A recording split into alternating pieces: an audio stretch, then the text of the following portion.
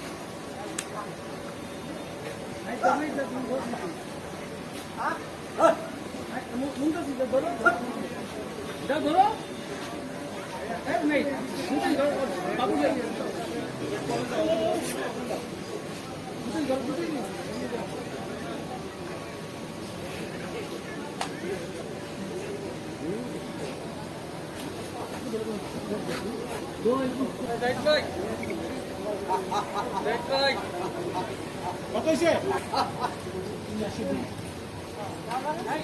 একটু ওই সাইডে ছুটে গেলে ভালো যাবেন স্যার, বড়টাই